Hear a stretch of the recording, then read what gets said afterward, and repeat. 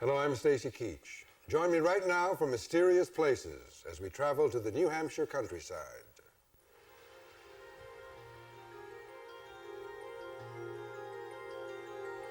A strange stone chamber. A sacrificial altar. A mysterious carving. All are a part of one of North America's most controversial archaeological sites. Who constructed this so-called stone settlement? Was it the ancient Celts, or was it built more recently by Native Americans? Was astronomy a factor in its design? What does the scientific evidence suggest? How can we begin to unlock the secrets of a place they call America's Stonehenge?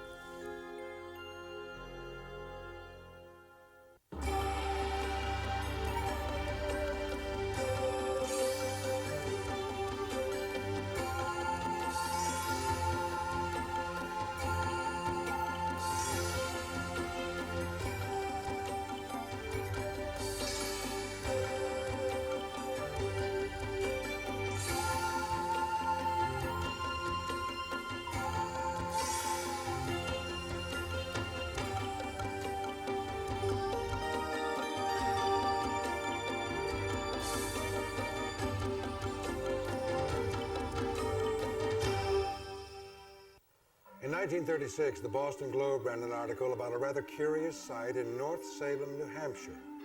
They reported that the town contained a strange stone settlement made up of walls, chambers, and monuments. Apparently, it had been there for as long as anyone could remember.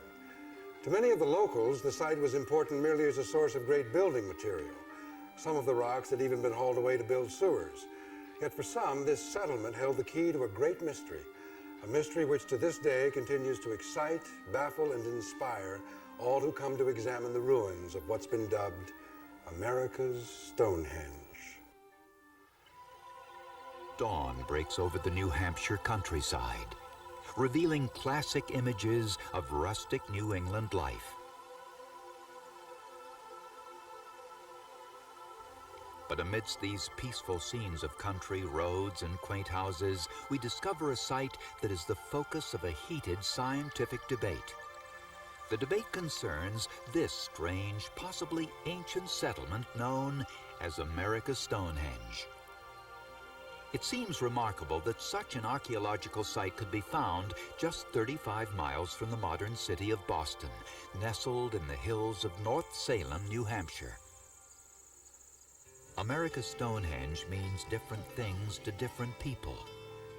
It is a traditional field trip for school children and a curiosity for foliage seekers.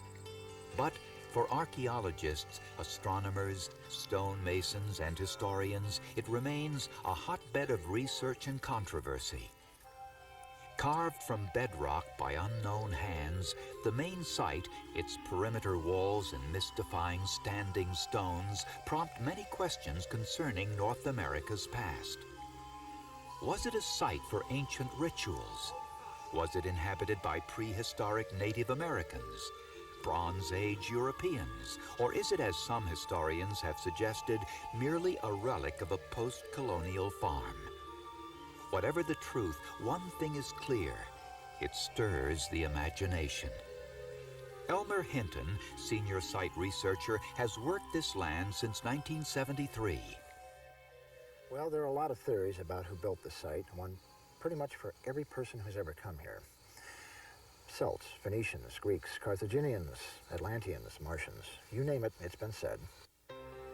For most of the 20th century, researchers, professional and amateur, have poured through and in some cases reconstructed these ruins as they attempted to pry the mystery from the hill. David Stewart Smith, a stonemason, is director of restoration for the site. For 16 years, he's explored in detail this vast complex, particularly the so-called Archaeological chamber. As we go in the entrance, one of the remarkable things about the Archaeological chamber is that it incorporates large stones and smaller stones in the walls. If you look up on the roof slabs, there's some of these roof slabs that we figure are 2 and 3 tons. If you go down the main hallway, there's a large 43-ton stone that has been split. We assume through natural purposes, but it's been augmented so that it's now about a yard wide, and there's a bench you can sit on. A cryptic 4.5-ton slab called the sacrificial table adjoins the oracle chamber. Some believe it was used for animal, even human sacrifice. It is linked to the oracle chamber by a small tunnel. Some say this is evidence that America's Stonehenge may have been a center for ancient religious rituals. One of the theories on the oracle tube is that as if they had a sacrifice on the stone, that the priest or someone would be able to shout through the tube and make their oracle or pronouncement as the sacrifice was going on. In point of fact, if you try it out and have somebody project their voice through the tube, the results are rather unspectacular. It doesn't actually augment the sound at all. It comes out rather muffled. Early photographs, carbon dating, and extensive excavation should seemingly provide insight into the purpose of these structures, but they don't always. Patricia Hume, a member of the current excavation team, blames her predecessors and their technique. They did not do things precisely, and they didn't keep notes that were good and all that type of thing. David Stewart Smith accuses one of the site's past owners, William Goodwin, of archaeological vandalism. He basically tore into the site with a work crew and fully for 2 years never recorded anything that he found. So if he did find tools or materials, they're gone. Was Mystery Hill a Celtic monastery built by Irish Christian monks in the 10th century? Goodwin claimed it was in his 1946 book, The Ruins of Great Ireland in New England. But Stewart Smith refutes this theory, claiming that Goodwin saw what he wanted to see and that no evidence has been found to support this theory. Another figure blamed for disturbing the site is its original owner, Jonathan Patty. One legend suggests he might have built the site himself in the early 1800s. These structures are among several on site actually proven to have been built by Patty, yet this doesn't prove he constructed the entire site. Despite the controversy over the tampering and destruction of evidence, some researchers continue to develop theories as to the origin of the site. One theory looks to England's Salisbury Plain. Here stands one of the world's most famous ancient structures, Stonehenge. Some say the ancient civilization that built Stonehenge may have also been responsible for America's Stonehenge. Did these pre-Columbian Europeans cross the ocean to erect ceremonial monuments in New England? The main theories that have come down to us differ by period. We've got in the 60s, Minoans and Bronze Age people. That sort of went out as more research came in. Then in the 70s, Celts or Celts became more popular. The evidence given generally is inscriptions, certain types of artifacts, and the similarity of the structures to those in Europe. Indeed, on some boulders excavated from the site, strange markings appear etched into the bedrock. Is this evidence of prehistoric man-made messages? Some researchers have theorized these markings are actually part of an ancient alphabet called Ogham. Others, like Hinton and Stewart Smith, dispute this. They believe these are natural indentations in the rock. Whatever the case, not every researcher is convinced as to the site's ancient Celtic origins. David Stewart Smith, for instance, advances another theory. If any metal-based culture had arrived in the New World, they would have been absolutely stock-raving crazy to start hewing and quarrying stone with percussion techniques, with Neolithic techniques where they already had metal. without a shadow of a doubt, in my mind, Native Americans built this site. How did Native Americans raise this site from granite bedrock? What rituals, if any, did they perform here? Stay with us as we continue our investigation of America's Stonehenge. Here's a Mysterious Places travel tip. America's Stonehenge is located at Mystery Hill in North Salem, New Hampshire, about an hour's drive from Boston. Just take Interstate 93 north to exit 3 to Route 111 east. Follow signs from there. Admission is approximately $6 per person. Children and senior citizens get discounts. We're back in New Hampshire with the mysteries of America's Stonehenge. Long before the Pilgrims set foot on American shores, the land of New England belonged to the native peoples. They spent their days hunting and trapping animals, tending to their crops in the fields, and fishing in the lakes and streams which snaked their way through the region. Could these Native Americans have built America's Stonehenge? Some researchers cite strong evidence in support of the theory that America's Stonehenge is indeed a Native American site. Once again, David Stuart Smith. The main evidence for the American Indian theory is that a significant number of stones on the site are flaked with percussion technique. That's using a stone implement to hit the side of the rock and creating an initial conchoidal, sort of a disc-shaped fracture in the stonework, and then creating an edge out of that. For lack of a better description, some of the standing stones that we have are like 2-ton arrowheads. Do artifacts excavated from Mystery Hill also support the Native American theory? In fact, artifacts found on site suggest Native American occupation during the Woodland period, an archaeological era spanning from about 1000 BC to 1500 AD. At the museum on site, we can view pottery and stone tools spanning from this period, and dozens more artifacts depicting life for Mystery Hill's first inhabitants. And at the Mount Kearsarge Indian Museum in nearby Warner, New Hampshire, one can study a collection of stone tools, hammer stones, stone shovels, and pottery fragments. Perhaps the most compelling argument for the Native American connection comes from the standing stones themselves. Many New World Native American peoples worship the heavens.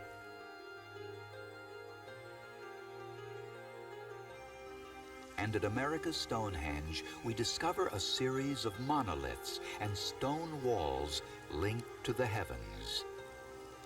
Are these astronomically aligned boulders further evidence of Native American master builders? Standing stones that have been put up with sculptural qualities that are consistent with Native American techniques on what appear to be astronomical alignments. I'd have to say there's no question in my mind that we did have Native Americans rendering astronomical alignments on the site. Not all experts believe that Native Americans were responsible for these alignments. Yet most agree the boulders do appear to conform to an astronomical pattern. Alan Hill is a professor at the New Hampshire Technical Institute. He is fascinated by the standing stones. Many of these boulders have an astronomical significance. This particular boulder right here in front of us lines up with the sunset on March 21st and on September 21st, the equinox sunset. Most of this site has been surveyed at this point, and the astronomically significant stones have been plotted on the map. You can see this particular boulder is located right here from the center of the site. There are 3 other smaller boulders as we go out toward the edge of the hill that also line up with this boulder. It marks an astronomically significant time as far as whatever civilization occupied this site. It gave them an idea that fall was coming and it was time to harvest crops because the frost was going to approach very soon.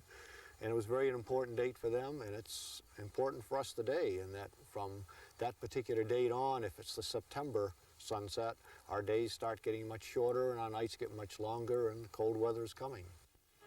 Elmer Hinton, David Stewart Smith, and others continue to survey, map, and dig. They sift the past for what they conclude is a Native American legacy. But despite their evidence, skepticism remains. In fact, some believe America's Stonehenge is not as ancient as some claim. These are the remnants of ancient America. Vast stone cities crafted over 1,000 years ago by the native peoples.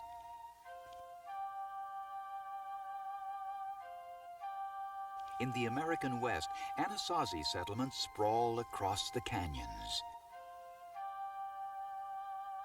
In the jungles of the Yucatan, towering pyramids form the heart of ceremonial centers built by the Maya.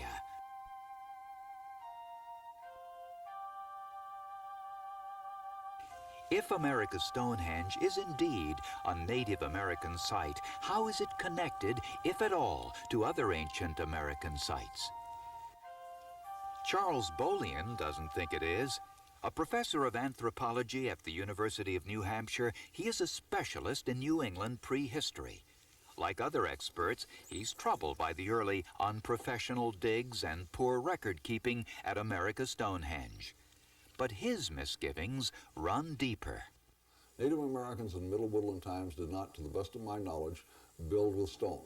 They probably lived in things like wigwams, like the Native Americans had when the Europeans arrived.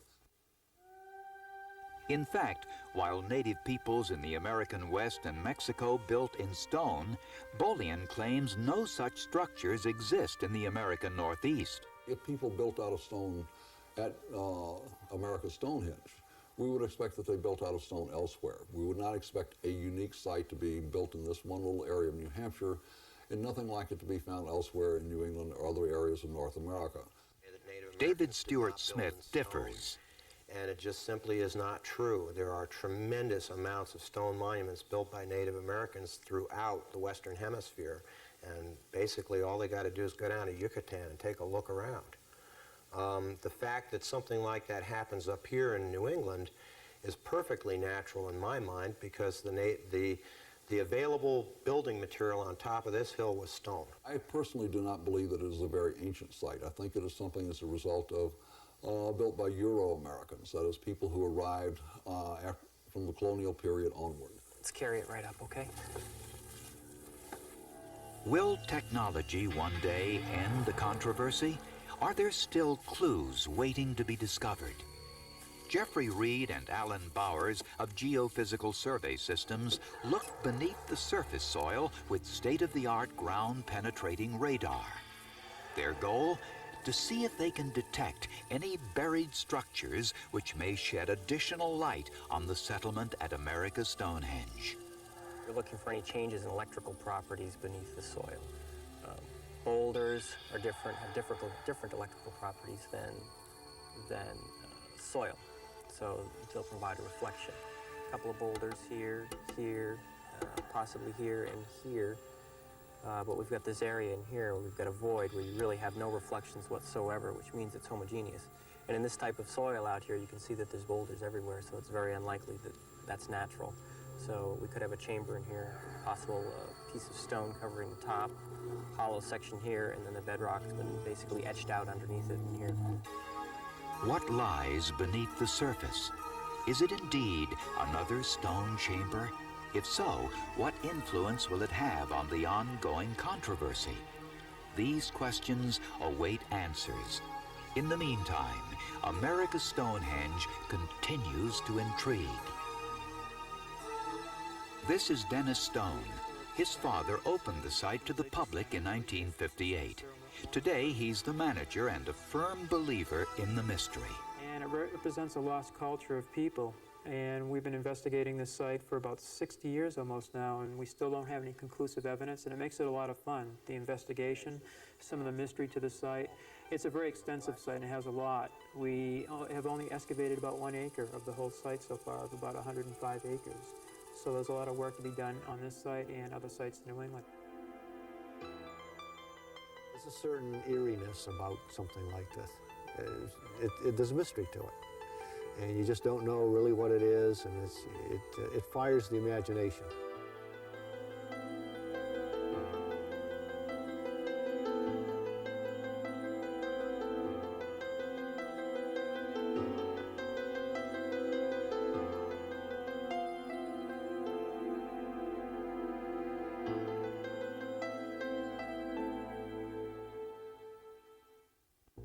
Some people believe that New England has at least 275 sites similar to America's Stonehenge. They include petroglyphs, beehive chambers, and stone monuments. Though all inspire mystery in their own right, it is America's Stonehenge which many say provides the most provocative clues for deciphering the mystery of ancient America. Until next time, I'm Stacy Keach for Mysterious Places.